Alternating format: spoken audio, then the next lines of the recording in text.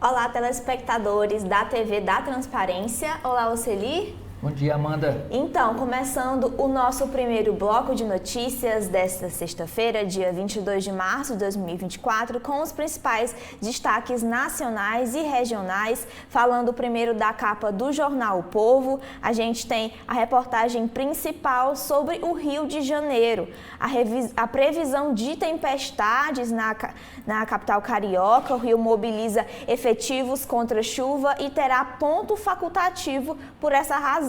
Só serviços essenciais funcionarão e a orientação é evitar deslocamentos. Região metropolitana e serrana, além de áreas de São Paulo e Minas Gerais, tem os maiores riscos. Falando de política internacional, no Globo também é destaque nos Estados Unidos, que propôs o cessar-fogo imediato em Gaza, numa mudança de decisão desde o início das operações militares em Israel e em Gaza. Os Estados Unidos levaram ao Conselho de Segurança da ONU uma proposta de cessar-fogo imediato. Em entrevista ao jornal Globo, Nízia Trindade fala que há manifestações que expressam desejo de me derrubar. Alvo do Centrão e do Fogo Amigo petista, a titular da Saúde, diz a Bernardo Melo Franco que desabafo em reunião ministerial foi superexplorado por ela ser mulher. Nízia projeta intervenção firme e profunda nos hospitais federais do Rio, mas admite que deputados do PT, em suas palavras, participaram das indicações. Agora na área jurídica, falando sobre aposentadoria, em reviravolta o STF derruba tese de revisão da vida toda. Após resolução oposta em 2022, a Corte decidiu vetar por 7 votos a 4 a inclusão de salários anteriores a 1994 no cálculo da aposentadoria, o que poderia ter impacto nas contas públicas de 480 bilhões. Também é destaque no jornal o Globo, há uma crise do financiamento climático, diz consultor da ONU. O ex-representante brasileiro do RID, Rogério Sturdat, avalia que investimentos dos países ricos contra a crise do clima, aquém do prometido, desafiam a presidência do Brasil no G20. Também na área da economia, processada nos Estados Unidos, a Apple sofre queda forte na bolsa. E ex-expoentes, o casamento de tucanos e trabalhistas. Receio de não alcançarem a cláusula de barreiras eleitoral leva o PSDB de Fernando Henrique e o PDT de Brizola a negociar a formação de uma federação. E por último, também destaque aqui no jornal O Globo, Robinho tem habeas corpus negado e é preso em Santos. O ministro Luiz Fux, do Supremo Tribunal Federal, negou o pedido de defesa contra a ordem do STJ para que ele cumpra a pena no Brasil por estupro. Na noite de ontem, o ex-jogador foi buscado em casa pela polícia. Agora, Oceli, quais são os destaques do jornal Estado de São Paulo? O jornal Estado de São Paulo escolheu como manchete principal sobre a lei de acesso à informação, dizendo o seguinte: Lula repete Bolsonaro e impõe sigilo de 100 anos a documentos. Em 2023, a gestão do presidente Luiz Inácio Lula da Silva recusou 1.339 pedidos de informação com a justificativa de que continham dados pessoais. De acordo com o disposto no artigo 31 da Lei de Acesso à Informação, a decisão, na prática, impõe sigilo de 100 anos sobre os documentos. Entre esses dados estão a agenda da primeira-dama Rosângela da Silva, a Janja, comunicações diplomáticas sobre o ex-jogador Robinho e a lista de militares do Batalhão da Guarda Presidencial que estavam de plantão no dia 8 de janeiro do ano passado. Os dados mostram que o atual governo manteve o volume de sigilos registrados na gestão de Jair Bolsonaro. Em 2022, o último ano do governo Bolsonaro, 1.332 pedidos foram negados, sob a mesma alegação de que os documentos continham informações pessoais.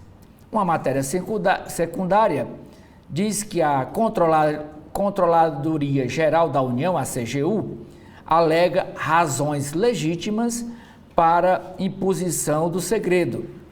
A Controladoria Geral da União afirmou que a negativa aos pedidos foi definida após análise de cada caso concreto e criticou os sigilos do governo anterior.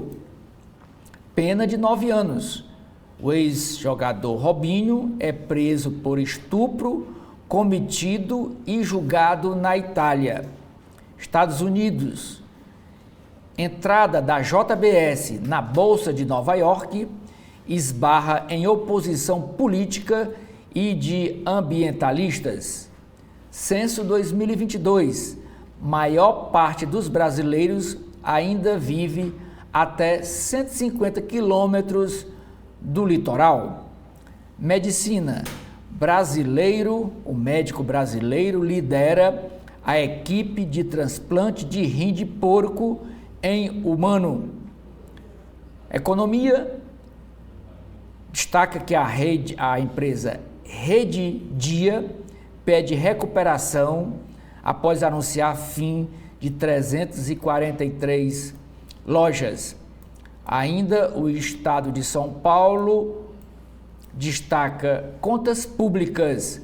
A arrecadação federal tem o melhor mês de fevereiro, uma alta de 12,2%, impulsionada por medidas como taxação de fundos exclusivos, receita de impostos e contribuições, chegou a 186,5 bilhões de reais.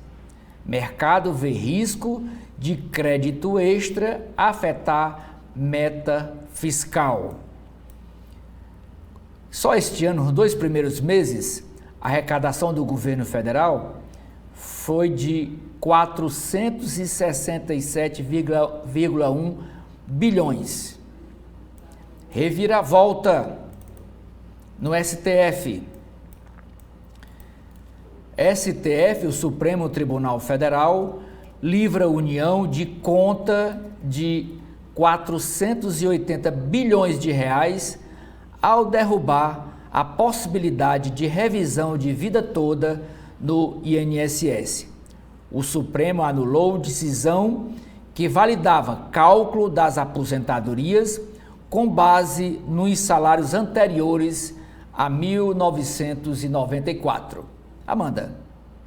Bom, e agora com os destaques da Folha de São Paulo, a Folha começa falando sobre uma pesquisa feita pelo seu próprio Instituto de Pesquisa, o Datafolha, que mostra que a rejeição e a aprovação do presidente Lula estão empatados. Ela destaca que, tecnicamente, a rejeição ao seu governo, ao governo Lula, com 1 ano e 3 meses após assumir a presidência pela primeira vez, está empatada com a sua aprovação. O Datafolha aponta que 35% dos brasileiros avaliam o trabalho como bom ou ótimo, enquanto 33% acham ruim ou péssimo e 30% acham regular. A pesquisa aponta oscilação em relação à anterior, em dezembro, feita em 2023, em cenário negativo para o presidente. A aprovação de Lula balançou negativamente 3 pontos percentuais e a aprovação, o mesmo percentual com viés de alta, ambas dentro da margem de erro de 2 pontos para mais ou para menos. O Datafolha também mostra que para 58% dos entrevistados, o presidente fez menos do que poderia aí nesse 1 ano e 3 meses de governo. Já captados em outros levantamentos, os tropeços de popularidade levaram o petista a convocar na última segunda-feira uma reunião ministerial no qual pediu o empenho dos ministros para divulgar as ações do governo. Os aliados atribuem esses resultados às falas de Lula sobre Gaza e Venezuela e críticas ao ex-presidente Jair Bolsonaro. A pesquisa ouviu 2.002 eleitores em 147 cidades do país entre terça e quarta-feira desta semana. A Folha de São Paulo, também na sua capa, mostra um gráfico sobre esta pesquisa. Ainda na área da política, Cid critica a polícia e Moraes em áudio e delação pode ser anulada aí no caso da delação de Mauro Cid. Também temos que o bimestre tem arrecadação recorde com 8,1 bilhões de super ricos. Também é destaque a derrubada pelo STF da revisão da vida toda e na questão da aposentadoria e a proposta de cessar-fogo em Gaza feita pelos Estados Unidos. É destaque na Folha de São Paulo a região central da capital paulista que sofreu com um grave apagão pelo 4º dia seguido. Também outro destaque na Folha de São Paulo é o caso do ex-jogador Robinho, que foi preso em Santos ontem pela Polícia Federal. Na área da saúde, o Brasil vacinou contra a dengue 14,5% do público-alvo restrito. O país vacinou contra a dengue até a última terça-feira, dia 19, 14,5% do público-alvo escolhido pelo Ministério da Saúde. Das doses distribuídas pelo SUS desde 9 de fevereiro, 451.412 doses foram aplicadas. Ante a falta de dose, apenas crianças e adolescentes de 10 a 14 anos em 521 cidades estão aptas para serem imunizadas na atual etapa. E agora, por último, dentro da Folha de São Paulo, é destaque na área da cultura Madonna no Brasil. A estrela pop confirma a vinda e deve levar para Copacabana um show comemorando aí os seus 40 anos de carreira. Agora, Oceli, quais são os destaques e manchetes do jornal Valor Econômico? O Valor Econômico de hoje, sexta-feira, destaca essa decisão do Supremo que derrubou a correção de aposentadorias com base na revisão da vida toda. A decisão representou uma vitória importante para o governo federal, que estimava ter que pagar um custo de até 480 bilhões de reais. Também é destaque a arrecadação do governo federal, resultado recorde em fevereiro. Tem uma matéria com a vice-presidente da farmacêutica CIMED, Carla Marques, transformou-se em influencer. Governo quer limitar o uso de debêntures incentivadas. Leilões da Sanepar devem movimentar quase 3 bilhões de reais. E a empresa Rede Dia pede recuperação judicial. Também é destaque na primeira página do jornal Valor Econômico, com Copom mais cauteloso, juros futuros fecham em alta. É destaque também, governo perde popularidade, é uma pesquisa do Datafolha. A Nike tira a seleção alemã da empresa Adidas. E Bauer amplia produção no país. Amanda. Bom, e agora vamos para os destaques do Correio Brasiliense. A primeira página do jornal, a capa do jornal, fala sobre a prisão de Robinho, que 11 anos depois, à porta da cadeia. 24 horas depois de o STJ homologar a sentença da justiça italiana por de 9 anos por estupro, Robinho recorreu ao STF, teve o pedido negado de habeas corpus e foi conduzido à Polícia Federal. É destaque também no jornal Correio Brasiliense a decisão do STF de barrar a revisão da vida toda no INSS. Também um outro destaque no jornal é o pacote em defesa da juventude negra. O presidente Lula ontem, para anunciar o Plano Juventude Negra, com 217 ações para reduzir a violência e a vulnerabilidade contra esta população. O plano é mais do que um compromisso, garantiu o presidente. E também outros destaques no Correio Brasiliense: paciente vivo recebe rim de porco. Cirurgia inédita foi comandada pelo médico brasileiro Leonardo Riella. Em Portugal, começa a transição rumo à direita. O futuro primeiro-ministro envia um recado às forças políticas para não dificultarem o governo e se reúne com a Comissão Europeia. E por último, no Correio Brasiliense, o Brasil bate 2 milhões de casos de dengue. Em menos de 3 meses, o Brasil superou em 2024 o número de infectados pela doença no ano passado. Segundo o Ministério da Saúde, são 2.010.896 prováveis registros da doença, com 682 mortes confirmadas até o momento. O Distrito Federal mantém o topo dessa incidência com 5.725,8 a cada 10 mil habitantes. Bom, e são esses os destaques do Correio Brasiliense. Quais são os destaques nas páginas internas do Estadão, Oceli? Nós vamos primeiro agora ver a manchete do jornal O Povo, né? O jornal Povo, o jornal cearense, O Povo, destaca hoje na sua primeira manchete, é uma investigação do Ministério Público cearense apontando que empresas contratadas pelo governo do estado serviam comida estragada a órgãos públicos. A operação do Ministério Público investiga 2 empresas do ramo alimentício que foram contratadas pelo governo do estado para fornecer alimentos a escolas, hospitais, unidades de pronto atendimento, chamadas UPAs, e presídios. Também destaca na área econômica que o PIB do Ceará cresceu 2,42% no ano passado.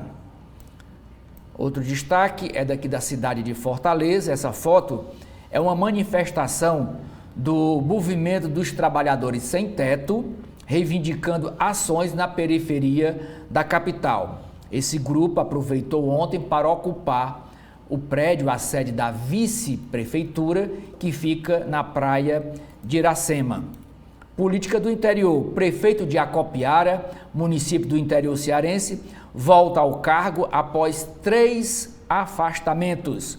A reportagem especial do dia é sobre o dia 22 de março, o Dia da Água, o papel do reuso para diminuir os desperdícios. Ex-jogador Robinho é preso pela Polícia Federal em Santos, São Paulo, para cumprir pena por estupro realizado na Itália. Também o Jornal Povo destaca, já que estamos nos aproximando da Semana Santa, uma matéria sobre ovos de chocolate, doces, mimos com sabores renovados. Amanda. Bom, e agora, passando para as páginas internas dos jornais, a gente fala das páginas do jornal O Globo, começando com a área editorial. A mudança do ensino médio depende só do aval do Senado. A Câmara, enfim, destravou o projeto e senadores têm que correr para a reforma de 2017 entrar em vigor em 2025.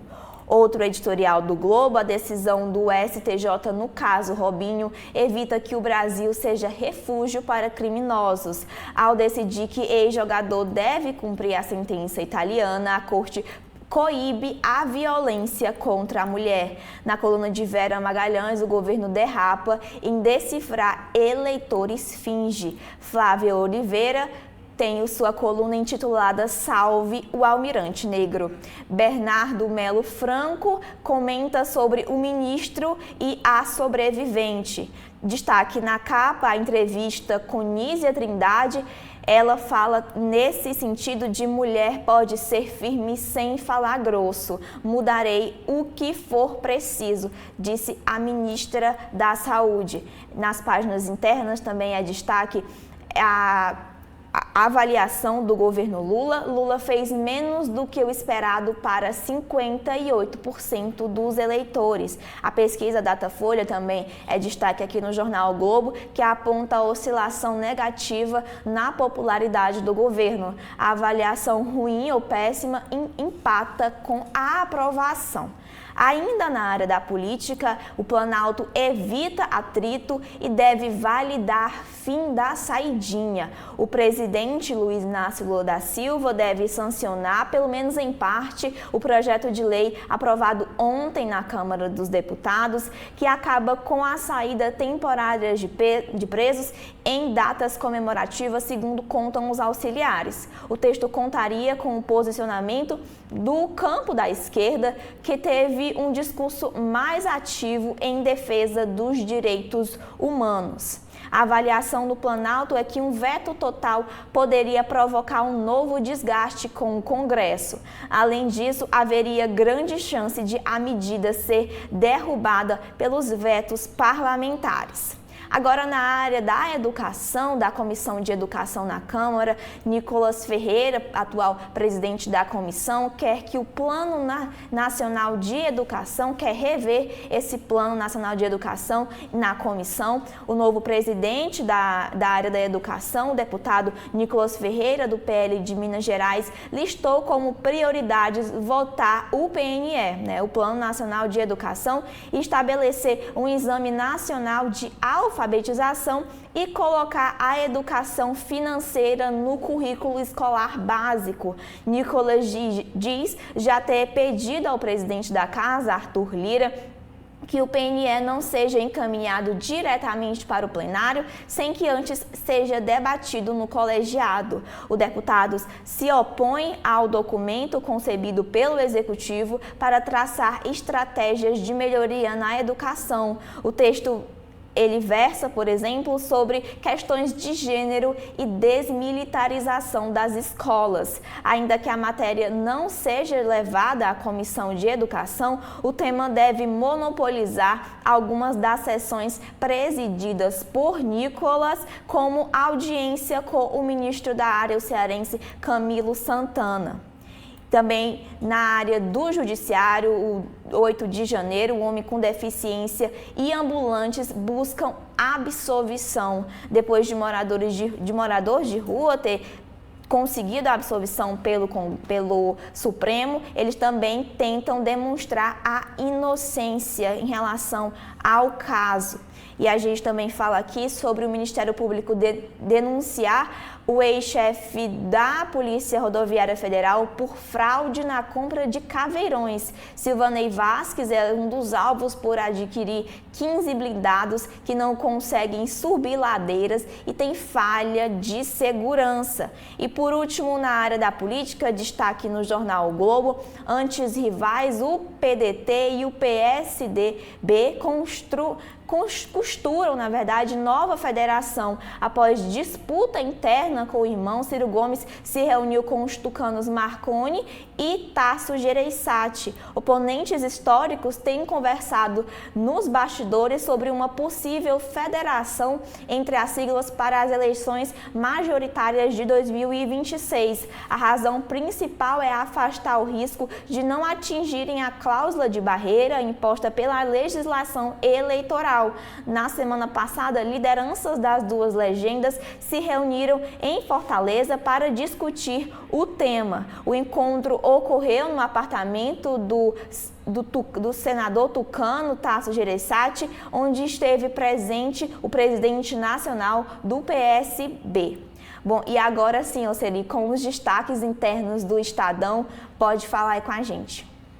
Na coluna do Estadão de hoje, escrita pela jornalista Rosiane Kennedy, destaca que o ministro da Justiça, Ricardo Lewandowski, dará respaldo jurídico a Lula, que é orientado a sancionar o fim das saidinhas de presos. Na sua trajetória como jurista e ministro do STF, Lewandowski sempre foi publicamente contrário a uma política carcerária punitivista, assim como o próprio presidente Lula. Os dois editoriais do Estadão, o primeiro ressalta: a ansiedade de Lula é mau sinal quando o adversário, a comunicação e as pesquisas de opinião pública ditam os rumos do governo e do presidente e servem de desculpa para justificar a própria mediocridade. O segundo editorial é falando sobre a segurança pública precisa da união do governo federal. Crime organizado está cada dia mais organizado, mas a União segue complacentemente desorganizada. Sem articulação dos órgãos de segurança do país, estados continuarão a enxugar gelo. Temos dois artigos.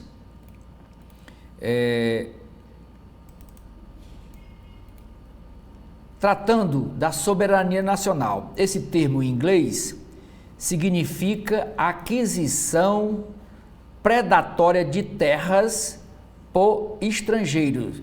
E tratando da soberania nacional, o escritor é Gilberto Becovici, que é professor titular de Direito da USP. Também temos outro artigo, agora tratando do idioma, o assédio ao idioma ou bullying ortográfico, de José Roberto Batocchio. Na área da política, Lula repete Bolsonaro e impõe sigilo de 100 anos a 1,3 mil pedidos de informação. Essa que é a manchete principal do jornal.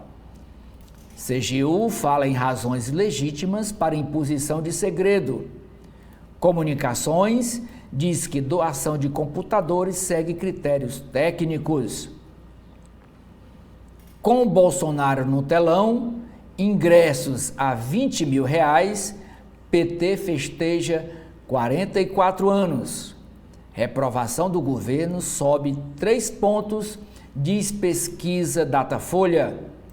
A Internacional traz como destaque: os Estados Unidos propõem resolução à ONU para cessar fogo imediato em Gaza. Operação militar no maior hospital do enclave mata 140 em 4 dias. Lei estadual abre crise entre México e Texas. Macron, o Emmanuel Macron, que é o presidente da França, se rende aos clichês do presidente da Rússia, o Putin, e faz pose de Rocky Balboa, que é um personagem de um ator conhecido norte-americano. Maioria da população ainda vive a até 150 quilômetros do litoral. Grajaú tem a maior população de São Paulo. Novo apagão no centro de São Paulo deixa até o edifício Copan às escuras. Há 51 processos por mês por exercício ilegal da medicina. É uma informação do Conselho Federal de Medicina. Brasileiro lidera primeiro implante de rim de porco em paciente humano. É um avanço da medicina. Robinho tem habeas corpus negado e é preso pela Polícia Federal em Santos. Na Espanha, Daniel Alves não paga fiança e passa outra noite na cadeia. Na área de esportes, estreia de Dorival na seleção brasileira ganha cara de partida oficial. Economia. A arrecadação federal cresce 12,2% e tem melhor fevereiro da história. Mercado vê risco de crédito extra afetar meta. Tesouro descarta. E por último, o Supremo, é a matéria sobre o Supremo que derrubou a revisão da vida toda do INSS. Amanda, é com você. Bom, e agora com os destaques internos da Folha de São Paulo, a gente fala sobre os editoriais intitulado Lula precisa de feitos e não de comunicação. A pesquisa Datafolha mostra que se esvaziou o saldo entre a aprovação e a reprovação do petista e que o governo deveria cuidar mais do orçamento para colher frutos à frente. Na área de tendências e debates, pós-Lava Jato, indústria da construção pesada tem que voltar ativa. Retomada passa pela discussão das inúmeras inconstitucionalidades sofridas. Na área da política, a gente destaque ainda na Folha de São Paulo a reprovação de Lula, que chega a 33% e empata com a sua aprovação, segundo o Datafolha. Também aliados atribuem o resultado em pesquisa a falas polêmicas do presidente. É destaque também no jornal Folha de São Paulo a perda de pontos entre os evangélicos pelo presidente, segundo a pesquisa, que mostra que o petista oscila para baixo também entre a classe média, homens e eleitores do CE. Também temos como destaque um Brasil em tons musicais. Bethânia e Caetano nos lembram que a música era um lugar simbólico onde se fazia um país. Voltando para a área da política e das investigações, Cid corre risco de perder delação na Polícia Federal após áudio com críticas a Alexandre de Moraes. Os integrantes da Polícia Federal dizem que a delação premiada do tenente-coronel Mauro Cid, ex-ajudante de ordem do ex-presidente Jair Bolsonaro, pode ser anulada a depender de uma apuração a respeito de áudios no qual ele faz críticas tanto à corporação quanto ao ministro Alexandre de Moraes do Supremo Tribunal Federal. Em áudios revelados, o tenente-coronel disse que era obrigado a corroborar versões conformes às narrativas já construídas pela Polícia Federal. E ainda na área da política, o governo volta a falar de móveis do Alvorada e alega que faltou controle. Aspas do ministro Paulo Pimenta, ministro da SECOM, fala que durante o governo Bolsonaro não tinha nenhum tipo de controle. Esse número, 261 itens não encontrados, não é nosso, é um número informado pelo governo Bolsonaro durante o período de transição. Ainda na área da política, a Corregedoria pede explicações sobre veto a leggings no STJ.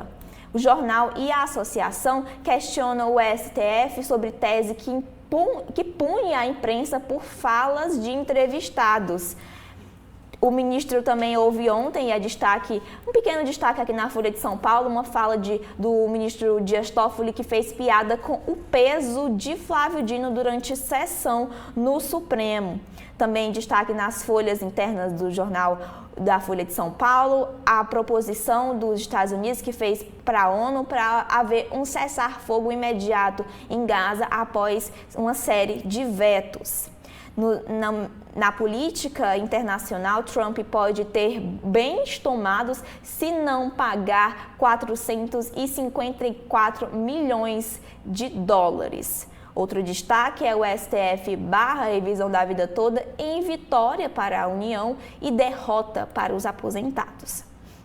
Com 8,1 bilhão de super ricos, a arrecadação do bimestre bate recorde. E na área da economia, também falando sobre política, Haddad quer agrupar projetos para regulamentar a reforma tributária. A proposta é juntar num único projeto de lei complementar as normas do imposto seletivo e dos dois novos tributos que serão criados, a contribuição sobre bens e serviços e um federal, o Imposto sobre Bens e Serviços de Estados e Municípios. E por último, a gente fala aqui na Folha de São Paulo sobre nome da fazenda para a Petrobras é oficializado. Rafael Dubeux será quarto indicado ligado a ministérios no Conselho de Administração, colegiado que define a estratégia da estatal. E agora, Oceli, quais são os destaques internos do jornal Valor Econômico? Mudança no novo ensino médio trouxe avanços, dizem especialistas. Projeto aprovado na Câmara Federal amplia carga horária de disciplinas como matemática e português. Maioria da população está no litoral, mas proporção recua, mostra censo. Covid cresce mais entre jovens e idosos, diz Fiocruz. Espaço para despesas sem amarras acaba em 2033, prevê o Tesouro. A arrecadação do governo federal sobe 2,3% e tem novo recorde. O desempenho do mês de fevereiro reforça sinais de recuperação da atividade econômica. Aumento de restos a pagar, emendas parlamentares e PAC preocupam. Fazenda mantém projeção para o PIB, mas com viés de alta. O jornal também destaca essa operação, o brasileiro que fez o primeiro transplante de rim de porco para pessoa viva. Poupança das famílias cresce e pode dar novo impulso ao consumo. Macron, presidente da França, quer convencer Lula a mudar discurso sobre Ucrânia. Congresso Nacional tira de Padilha indicação de emendas. Governo insiste em devedor quanto mais e pode parar projeto. Nessa matéria, eles ouvem o líder do governo na Câmara, o cearense José Guimarães. PL das falências avança com limites ao administrador. Piora a avaliação positiva de Lula, diz pesquisa da Folha de São Paulo. O governador de São Paulo, Tarcísio, e o secretário Derrite buscam liderar debate nacional sobre segurança pública. A ministra da Saúde, Nízia, define novo secretário em meio à crise. Europa enfrenta avalanche de desinformação da Rússia. Milei, presidente da Argentina, aponta sua motosserra para estatais argentina. O editorial do jornal Valor Econômico, o título é o seguinte: cautela do Banco Central é necessária diante da rigidez da inflação. E tem outra matéria sobre opinião, porque o Plano Real funcionou. Mundo vive crise de financiamento climática, diz economista. E por último, disputa será acirrada por cadeiras no Conselho da Petrobras. Amanda. Bom, agora vamos para os destaques internos do Correio Brasiliense, começando com a área de política, o pacote de medidas para salvar a juventude negra. Ontem, o presidente anunciou um pacote de medidas para reduzir a violência e a vulnerabilidade da juventude negra. As ações terão um investimento previsto de 665 milhões de reais. Nas aspas do presidente, não podemos assistir apáticos ao extermínio da juventude negra no nosso país. Lançado em uma cerimônia ontem na Ceilândia, o Plano de Juventude Negra Viva prevê 217 ações de 18 ministérios. A data escolhida para o anúncio marcou o Dia Internacional de Luta pela Eliminação da Discriminação Racial. Também outro destaque aqui no Correio Brasiliense, direto de Brasília, a cobrança de Lula aos seus ministros para que estes divulguem as ações do governo, isso diante das pesquisas em relação à popularidade do governo Lula. Também é destaque aqui no Correio Brasiliense que o Ministério Público relaciona o ex-comandante, o ex-chefe da PRF a uma fraude. O ex-chefe da Polícia Rodoviária Federal, Silvinei Vasquez, estaria diretamente ligado à compra milionária de blindados considerados de baixa qualidade pela Polícia Rodoviária Federal. Também foi destaque em outros jornais. Agora, no Brasil como um todo, a dengue supera os 2 milhões de casos. Na área da economia, as ações modestas no setor das aéreas. Enquanto o ministro Rui Costa esclarece os limites do Voa Brasil, a Fazenda avisa que não tem propostas para as empresas. O ministro da Casa Civil, chefe da Casa Civil, diz que o programa tem uma finalidade, o Voa Brasil, né, ele possui uma finalidade que é estimular o uso para pessoas que nunca usaram a aviação ou que usaram recentemente. Na área das contas públicas, a arrecadação de fevereiro atinge um recorde de 186 bilhões. A arrecadação de impostos e contribuições federais somou 186,5 bilhões em fevereiro, um aumento real de 12,3% em comparação ao mesmo mês do ano passado. Segundo os dados divulgados ontem pela Receita Federal, esse é o maior montante para os meses de fevereiro da série histórica iniciada em 1995. No acumulado dos primeiros meses do ano, o valor alcançado foi de 467,2 bilhões, um acréscimo real de 8,82%. Contribuiu para esse resultado a tributação dos fundos exclusivos, que rendeu 4 bilhões de reais aos cofres do governo em fevereiro. A arrecadação do imposto de renda sobre investimentos de capital teve uma alta real de 58%, que foi para 11 bilhões devido à medida sancionada pelo Executivo em dezembro.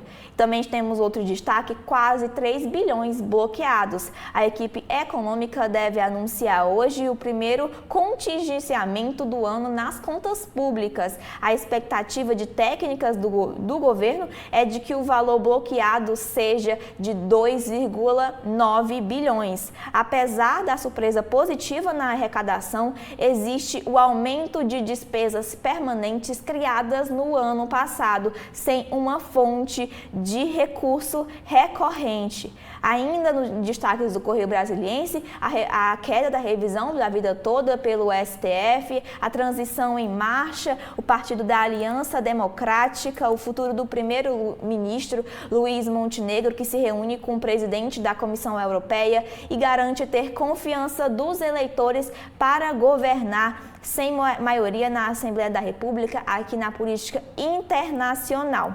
E por último, na área da opinião do Correio Brasiliense, a propaganda eleitoral em rádio e TV ainda é relevante? Bom, vamos com o Oceli agora comentar sobre os destaques das páginas internas do jornal O Povo. Na sua principal coluna, que é a vertical, o jornal O Povo trata desse empresário que apalpou mulher e ele depois a Polícia Civil. E outro tema que é tratado é sobre essa reunião entre Ciro e Tasso e Marconi Perillo, que é o presidente nacional do PSDB, para tratar sobre uma possível federação entre os dois partidos. Vale lembrar que o Cidadania já faz parte de uma federação com o PSDB. Outra matéria, servidor do INSS aqui do Ceará é investigado por atuar em esquema de fraudes.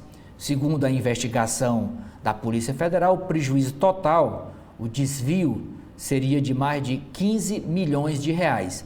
A operação da Polícia Federal foi realizada em 3 municípios: Russas, Caucaia e Fortaleza. Robinho é preso em Santos para cumprir pena por estupro. STF derruba a tese da revisão da vida toda. A reportagem especial é sobre o Dia Mundial da Água, comemorado hoje. Dia da Água, reuso pode ser alternativa para diminuir o consumo. E traz uma matéria secundária mostrando a dimensão histórica da escassez de água no Ceará.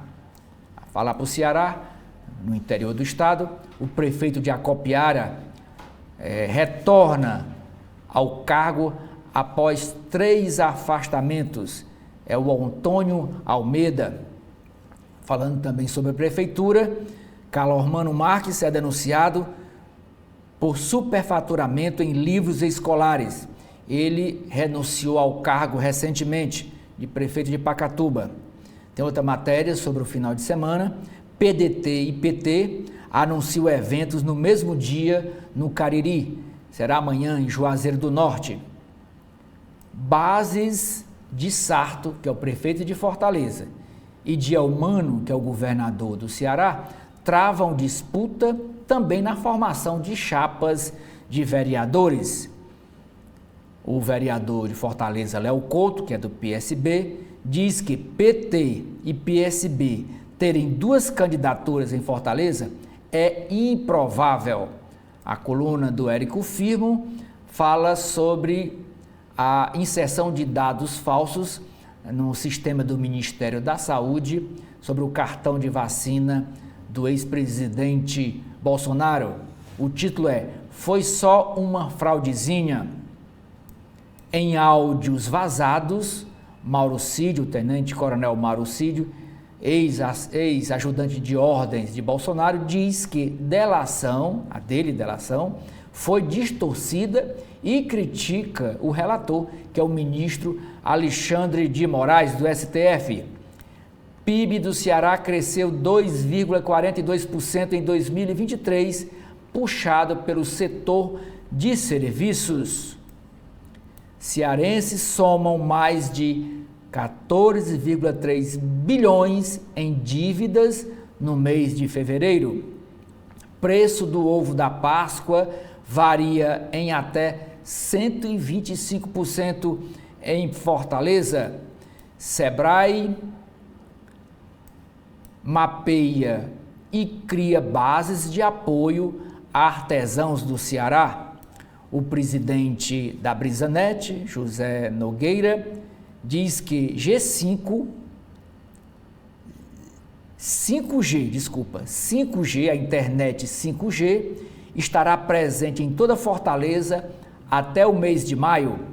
Empresas serviam comida estragada em hospitais e presídios, aponta a investigação do Ministério Público do Estado do Ceará.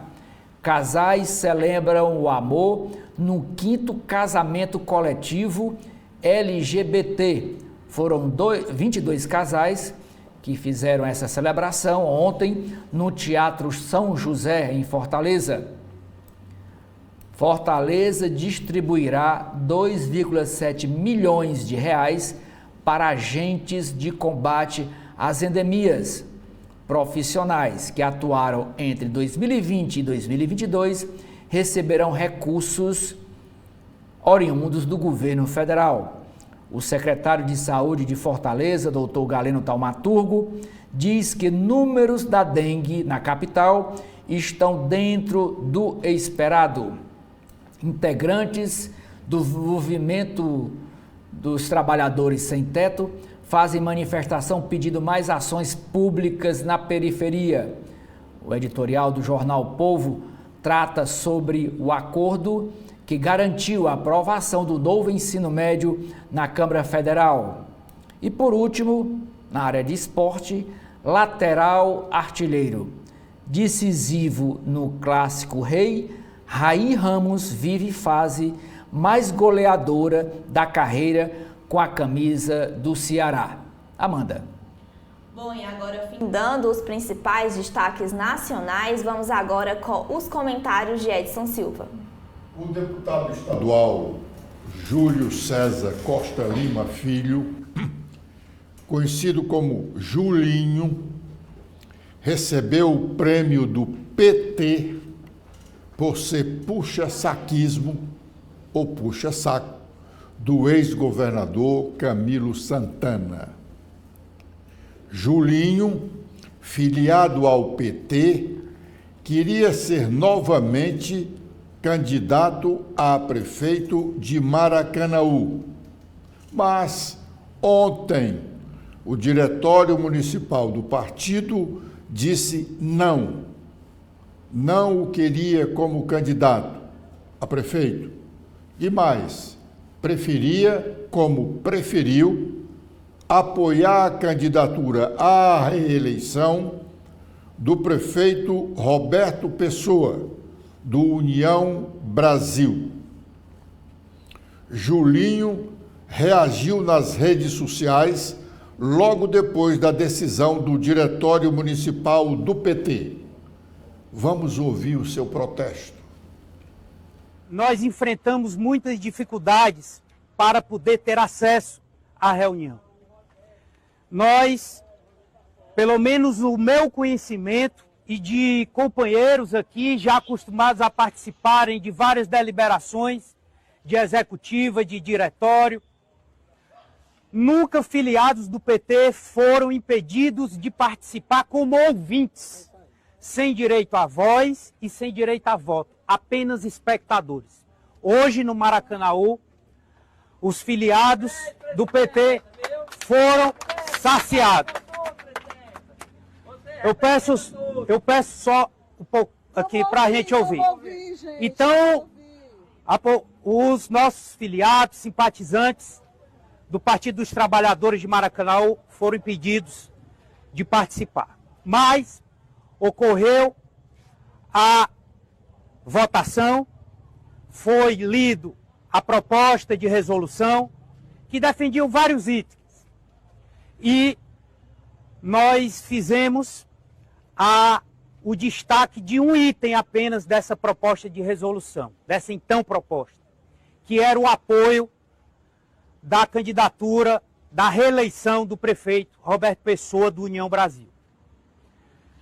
E defendemos candidatura própria, porque acreditamos que Maracanaú precisa de uma gestão com a cara do Partido dos Trabalhadores, assim como Lula fez ainda como jovem no ABC Paulista, lutando contra os poderosos empresários. E ele conseguiu fazer com que o sonho dele fosse agregando mais e mais pessoas. E hoje, o Partido dos Trabalhadores é o maior partido da América Latina. Mas estamos em um capítulo triste do PT de Maracanaú.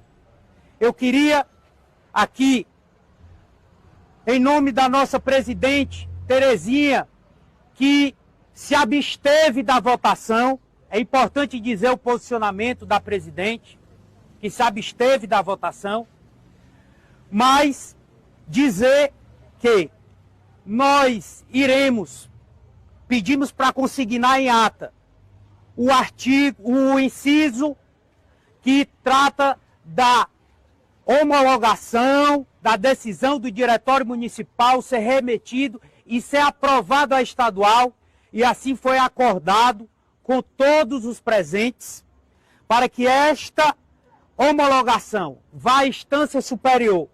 E na instância superior, na nacional e na estadual, a gente possa sensibilizar aos dirigentes do PT de que o PT de Maracanaú não possa se acocorar para uma gestão do Roberto Pessoa, que defendeu o bolsonarismo até pouco tempo, que inclusive penalizou a deputada Gorete Pereira quando ela se absteve no impeachment da presidente Dilma. Roberto Pessoa rompeu com a deputada Gorete Pereira quando ela não votou a favor do impeachment da presidente Dilma.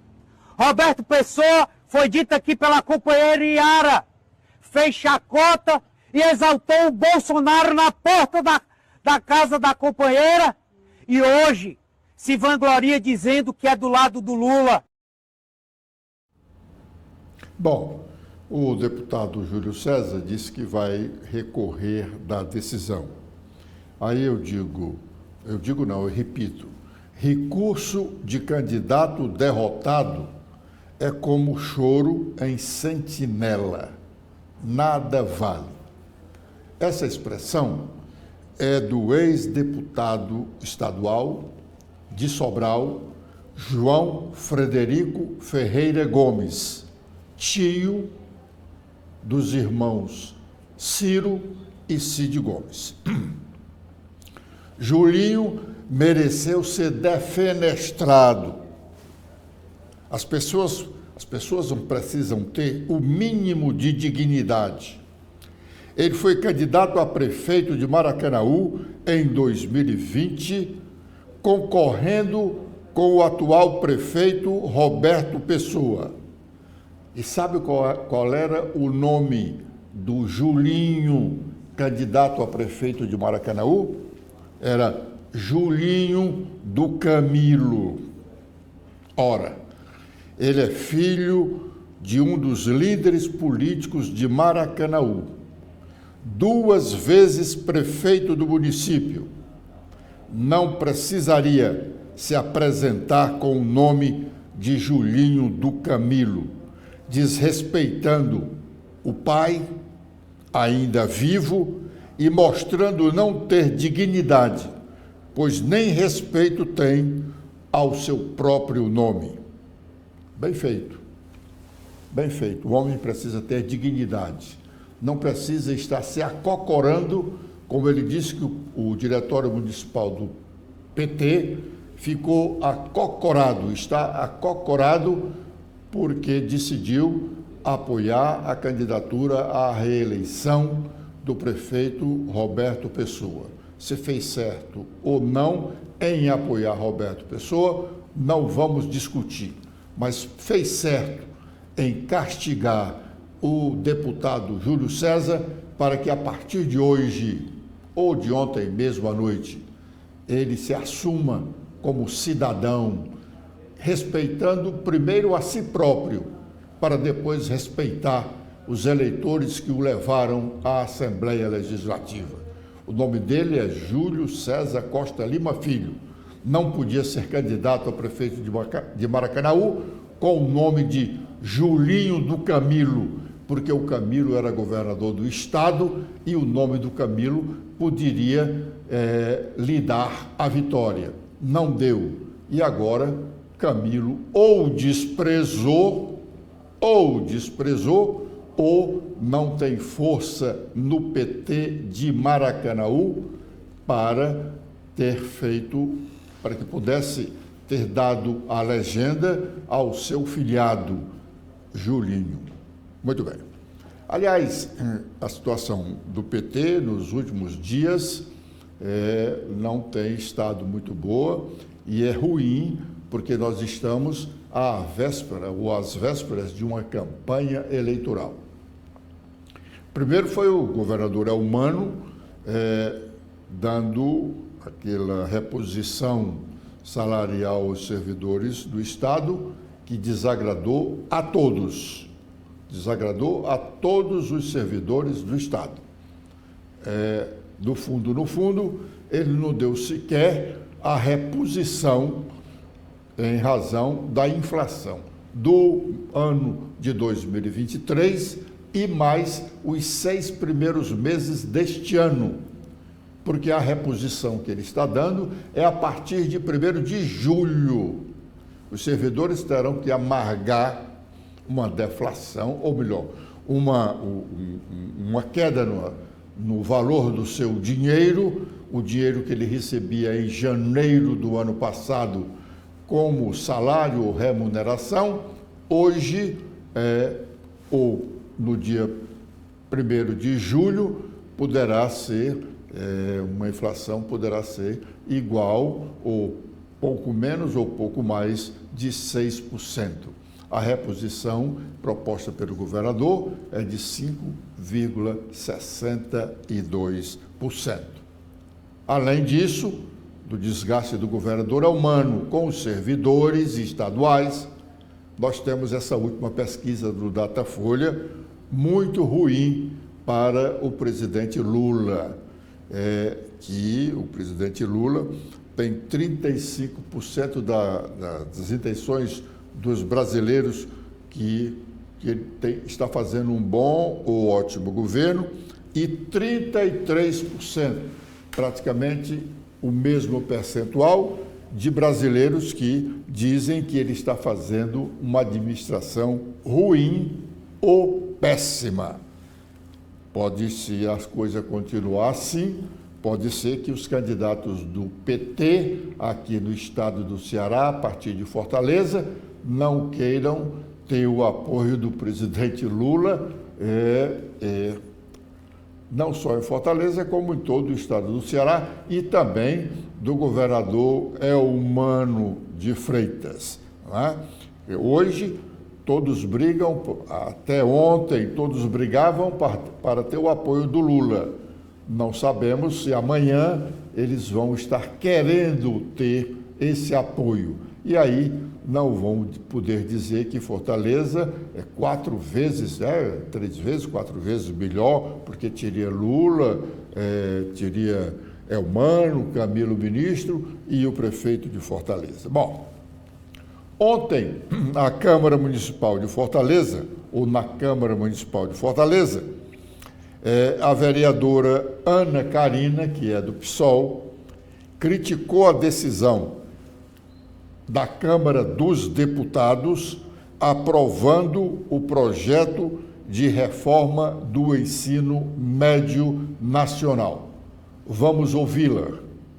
Ontem foi aprovado em Brasília o novo ensino médio de uma forma muito indigesta, sem o diálogo com estudantes, sem diálogo com as professoras e os professores, um novo ensino médio que, inclusive, exclui a juventude da escola pública, que possa ingressar na universidade pública, um novo ensino médio que piorou ainda mais o trabalho das professoras e dos professores, sobrecarregando com salas de aulas cada vez mais lotadas e com várias disciplinas que a gente tem que lecionar, mesmo sem formação para isso. Então, dizer que a gente precisa continuar lutando, mesmo que tenha sido aprovado, lutando pela revogação desse novo ensino médio.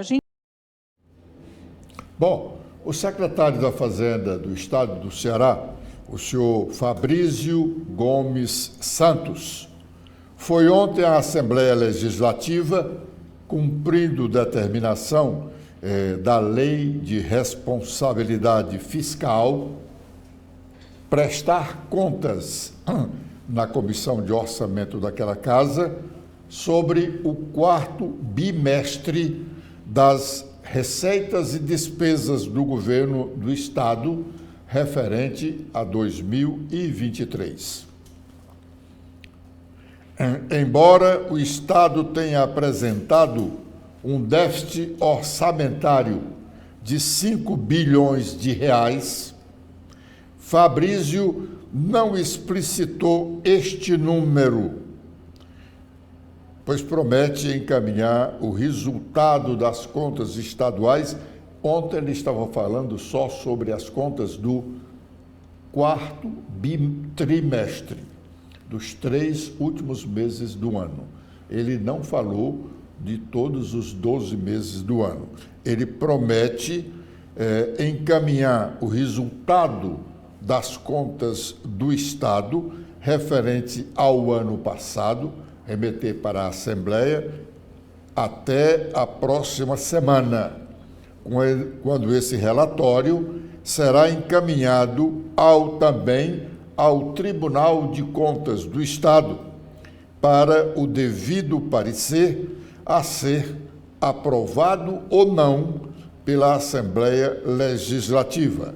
A Assembleia é quem aprova ou não as contas do governo. O Tribunal de Contas do Estado apenas emite um parecer técnico que deveria servir de base para o julgamento dos deputados, mas eles não respeitam esse parecer técnico e votam, de qualquer maneira, a favor da aprovação das contas do governo referente ao ano anterior. O secretário da Fazenda, ontem à tarde, passou o tempo todo dizendo para um pequeno grupo de deputados que 2023 foi um ano difícil para a administração pública estadual. Mas o Estado, diz ele, saiu-se bem. Vamos ouvi-lo. Como vocês podem ver aí, 2023 foi um ano difícil para todos os estados e municípios do Brasil, tendo em vista que a repercussão da aprovação da Lei Complementar 192 e 194 no governo Bolsonaro começou em 22 e ultrapassou 2023, trazendo uma queda de arrecadação expressiva no que diz respeito a combustível, energia e comunicação. Mesmo assim, o Estado do Ceará, fazendo seu dever de casa, olhando seu fluxo de receita e despesa, com excelência no trabalho da Secretaria da Fazenda, buscando receita, fazendo gestão da despesa, a gente conseguiu resultados bem positivos no que diz respeito ao ano de 2023. A receita corrente ela cresceu em torno de 5,6%, tendo em vista uma queda importante na arrecadação do ICMS, desses três segmentos. Quando a gente olha o todo, basicamente a gente empatou, vai ter mais lá na frente. Transferências correntes do governo federal também foi um ano que a economia ainda patinou bastante. A gente espera que a economia brasileira comece a crescer agora em 2023. A gente já vê uma redução na taxa Selic. Ontem foi aprovado pelo Copom mais uma redução, a taxa hoje está 10,75. Ainda é uma taxa alta, mas sinaliza para o mercado que perspectivas boas, a inflação está controlada. O governo federal tem feito investimentos que com certeza vão gerar emprego e renda. Então a perspectiva é que 2024 seja um ano mais proveitoso, de maior desenvolvimento econômico. Diversas outras receitas, mas as principais receitas que a gente tem que dar uma olhada no que diz respeito aos estados são as receitas de arrecadação própria e transferências correntes. Pode passar, por favor. No que diz respeito às transferências correntes, o FPE é o maior valor, o maior volume. Os estados do Norte e Nordeste ainda dependem dessa transferência federal. Ela cresceu 5,17%. Todo mundo sabe que a inflação foi 4,62%, então foi um crescimento real pequeno no que diz respeito ao Fundo de Participação dos Estados. Pode passar, por favor. Em relação ao ICMS, como eu tinha falado, foi muito impactado pela queda da arrecadação de energia, combustível e comunicação. A gente praticamente empatou de crescimento nominal com o ano passado. Pode passar, por favor. E aí um quadro mais específico do que diz respeito ao ICMS, a gente vê que os setores de combustível, energia, comunicação, FECOP também, já que o FECOP incidia sobre energia, incidia sobre comunicação, então a gente teve perdas expressivas que totalizam, os outros segmentos cresceram, como a gente pode ver, indústria, comércio atacadista e comércio varejista. Mas pode passar, por favor. Quando a gente olha no que diz respeito a esses três segmentos, a gente teve uma queda de quase 2 bilhões, 1,8 bilhão de reais. A gente teria mais de receita, melhorando os nossos resultados no que diz respeito ao crescimento de receita. Mas a gente agora é uma perda estrutural, isso é importante da população saber. Os estados e municípios perderam essa receita e não vão recuperar mais. A alíquota foi alterada, a Constituição também foi modificada, então a gente vai ter que correr atrás de crescimento e desenvolvimento econômico para que a gente recupere receita nesse sentido. Mas nesses setores, a alíquota está estagnada na alíquota modal de cada estado, então a gente teria essa perda estrutural de receita aqui no Ceará, em São Paulo, em todos os estados do Distrito Federal e, consequentemente, isso afeta os municípios, já que 25% da receita do ICMS vai para os municípios do estado. Esses números que a gente teve em 2023 nos habilita para ter a nota final A na CAPAG a partir da avaliação do Tesouro Nacional. É claro que depende de uma avaliação, a gente deve entregar à Assembleia, ao TCE, o Balanço Geral do Estado na semana que vem. Isso vai estar com todos os relatórios, já vou mandar um ofício para o Tesouro Nacional solicitando a antecipação dessa avaliação para que a gente já tenha a nota aumentada de B para A. Porque a gente tem endividamento nota A, abaixo de 60%, tá? Estamos com 55%. Aí a dívida consolidada, a RCL, essa relação. Poupança corrente, entre 85% e 95%, a gente é B. Liquidez, se eu tenho uma liquidez maior do que 5%, a gente é nota A, e na composição das notas a gente fica com a nota final A. Então, isso demonstra que o Estado do Ceará tem uma política fiscal sustentável, equilibrada ao longo de muitos anos. Eu tenho a oportunidade de estar há 16 anos trabalhando com isso, buscando em diversos governos essa manutenção, contribuindo para essa manutenção, junto com todos os técnicos da Secretaria da Fazenda. E em 2023 a gente continuou, foi uma escolha importante do governador Elmano, que acredita na Secretaria da Fazenda, é uma gestão só de servidores concursados. Então, a gente tem resultados importantes em 2023, mostrando que, além de manter a sustentabilidade fiscal do Estado, a gente teve uma melhoria no que diz respeito aos números fiscais, aos indicadores, à capacidade financeira e à capacidade de pagamento do Estado. Essa visita do secretário Fabrício à Comissão de Orçamento da Assembleia, ela é meramente protocolar. De fato, consta da Lei de Responsabilidade Fiscal. Mas artigos anteriores da Lei de Responsabilidade Fiscal, que manda o secretário fazer essa prestação de contas, manda também que a cada 2 meses, bimestralmente, o Estado do Ceará, o Estado, não é só o do Ceará, todos os estados brasileiros e também as prefeituras apresentem um relatório, o relatório bimestral das receitas e despesas. Pois bem, no dia 30 de dezembro, o Estado publicou o seu balanço geral, onde está lá dito 30 de janeiro, é exatamente um mês depois do mês do bimestre. 30 dias após o fim do bimestre, o ente público tem que publicar esse relatório.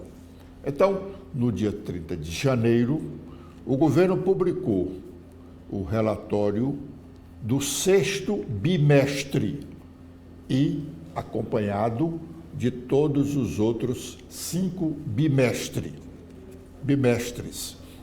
E na página 72 daquele Diário Oficial, está lá dito, no resumo, que o Estado teve um déficit no orçamento de 2023 de 5 bilhões, cento e poucos milhões. Daí ele dizer que foi um ano difícil, mas não teve coragem de explicitar todos esses números. Promotores de justiça cearense, integrantes do Grupo de Atuação Especial de Combate às Organizações Criminosas, GAECO, deflagrou na manhã de ontem, quinta-feira, 21 de março, a Operação Cibus. Foram cumpridos 11 mandados de busca e apreensão das residências de empresários e de um policial penal, bem como nas sedes das respectivas empresas. 3 promotores deram uma entrevista coletiva ainda ontem, que foi acompanhada por alguns jornalistas, e um nosso colega do Poder 85 gravou alguns trechos que vamos ouvir agora. Essa operação, ela teve o objetivo hoje de cumprir 11 mandados de busca e apreensão contra empresários, um agente penal e suas respectivas empresas. Esses mandados foram expedidos pela Vara de Delito e Organizações Criminosas e foram cumpridos hoje simultaneamente pelos promotores do Ministério Público e pela Polícia Civil. Essa operação, ela iniciou no ano de 2019. Era uma operação, era uma investigação. Nós recebemos uma informação de algumas movimentações financeiras suspeitas. Com base nisso, nós começamos a investigar através do ajuizamento de medidas cautelares e constatamos a existência de um grupo criminoso formado por empresário, por pessoas jurídicas, pela presença de um agente penal e pela presença de laranjas. E qual era o objetivo, a finalidade dessa organização criminosa? Eram empresas que atuavam e atuam no ramo de gênero alimentício e que forneciam esses alimentos para órgãos do Estado aqui do Ceará. Só complementando, os mandados foram cumpridos hoje na cidade de Fortaleza e do Crato, onde as empresas tinham sede, tanto lá quanto aqui, e nas residências dos respectivos titulares, os proprietários das empresas e dos laranjas. Era um grupo familiar, os empresários eram todos vinculados a um grupo familiar e que se revezavam em alternâncias nas licitações. Ora uma ganhava, ora outra ganhava. E na hora de executar os contratos que haviam firmado com o Estado, eles acabavam fornecendo menos do que aquilo que estavam obrigados a fornecer e também forneciam, a gente tem notícias e as investigações ainda em caminho, de produtos estragados. Essas empresas, após vencerem as licitações para o fornecimento de alimentos a órgãos públicos, davam início à fase de fraude à execução dos contratos, tanto fornecendo a menor a quantidade prevista, como também destinando produtos, gêneros alimentícios em condições inadequadas para consumo.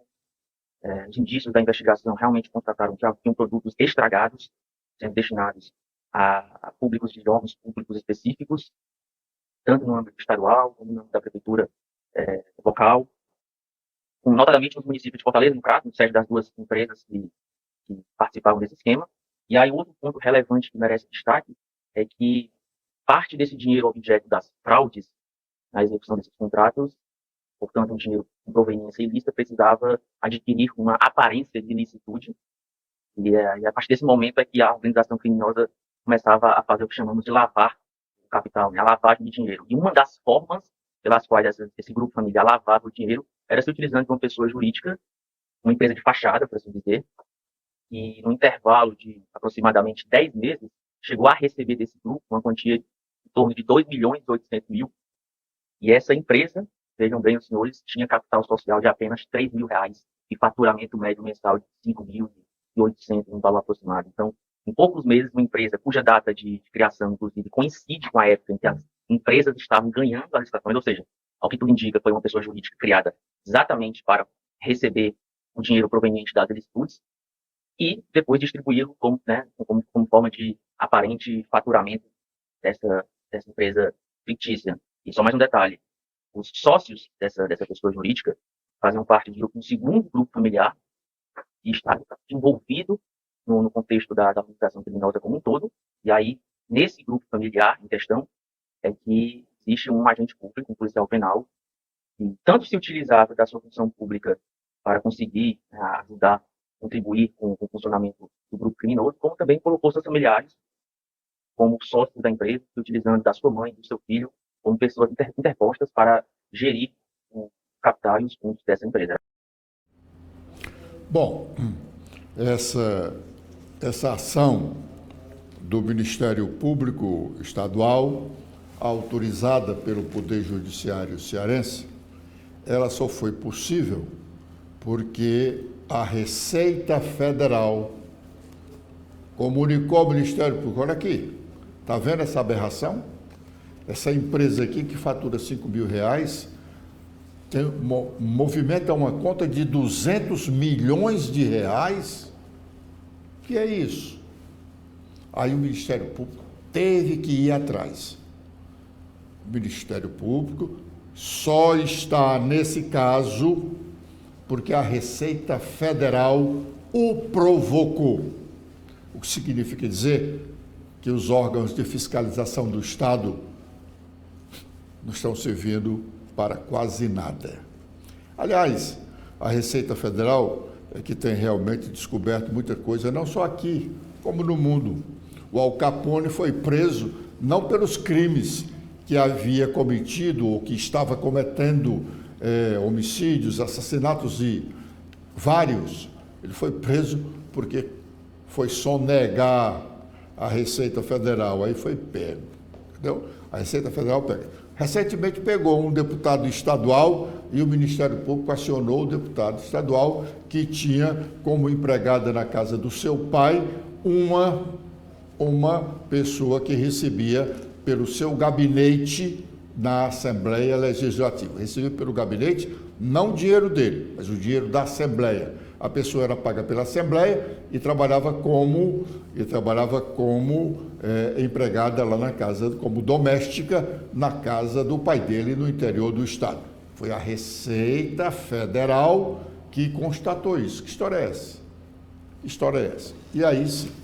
Então, nós já dissemos aqui várias vezes que vários desses contratos de prestação de serviços do Estado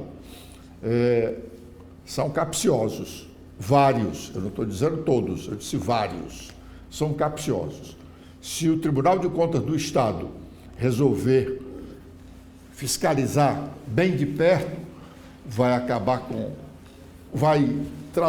fazer com que o Estado economize um bom volume de recursos.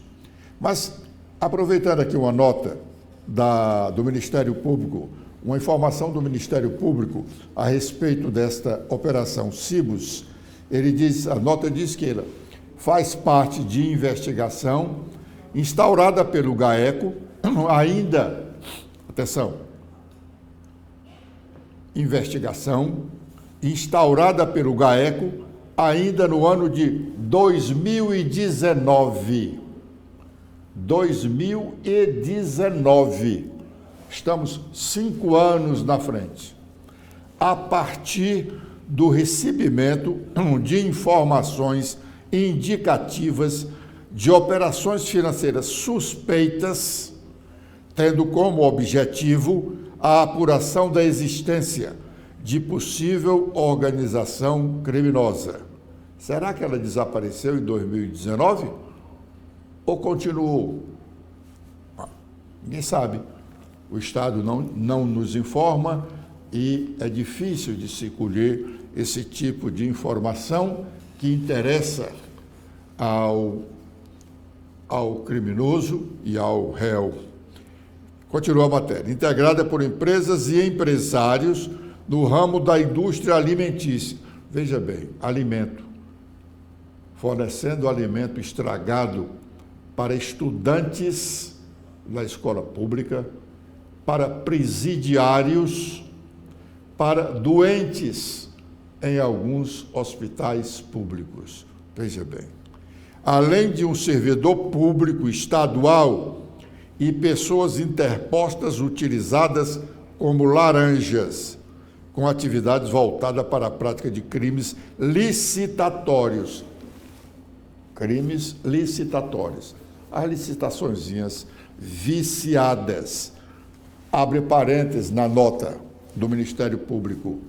Notadamente, fraudes na execução dos contratos advindos do direcionamento de licitações, desvio de recursos públicos e lavagem de capitais.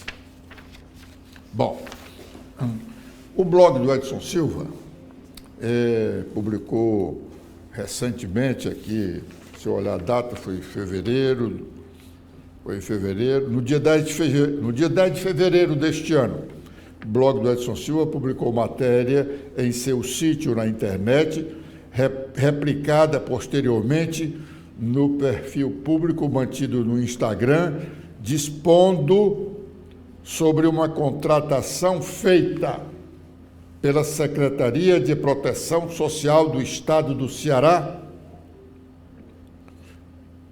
em específico, a postagem exibe o extrato de publicação do contrato número 005/2024 em Diário Oficial.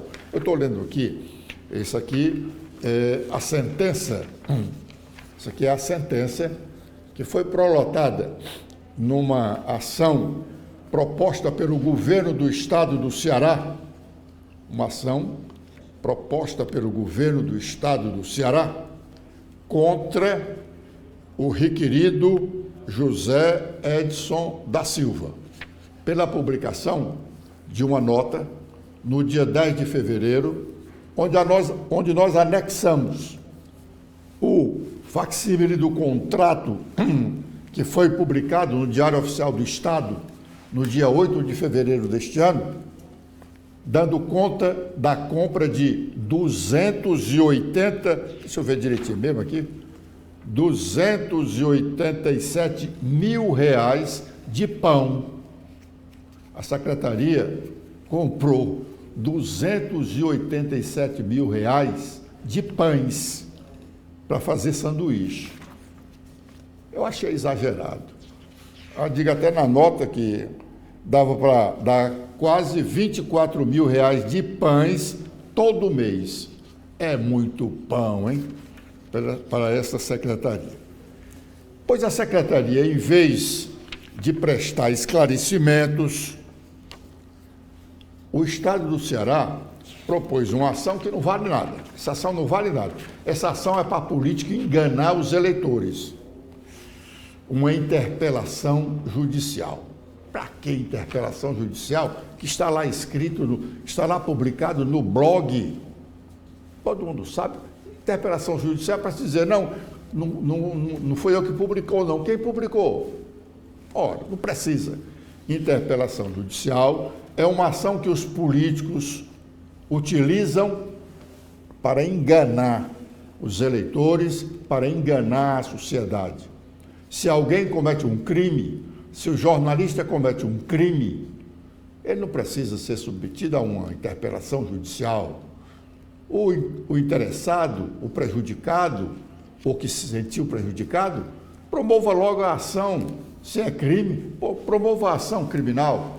Se a Procuradoria-Geral do Estado não sabe que pode fazer isso, eu digo, é uma ação penal privada, que não precisa do Ministério Público. Se o governo do Estado sente-se prejudicado, sente-se que é vítima de uma informação, de uma agressão do jornalista, ou coisa que o valha, e entende isso como um crime, deixe de lado a interpelação judicial, governo, proponha a ação penal privada. Você não precisa do Ministério Público. O Ministério Público é o dono da ação penal, mas nesse caso, como o atingido é uma pessoa, ele tem direito a esta ação penal privada. Pois bem, promoveu uma interpelação judicial e o juiz julgou a interpelação. Não disse que eles estavam fazendo besteira, não, mas disse que ele deferiu a interpelação judicial nos termos do artigo 727, para que José Edson da Silva, blog do Edson Silva, e outra pessoa que eles arrolaram aí, outro colega de outro órgão, o juiz deferiu para que nós tivéssemos ciência de que o Estado do Ceará pretende que os mesmos adotem as providências indicadas, entre parênteses, retirem as notícias publicadas ou exerçam o juízo de retratação em relação às supostas insinuações, fecha parêntese, e que, caso os requeridos entendam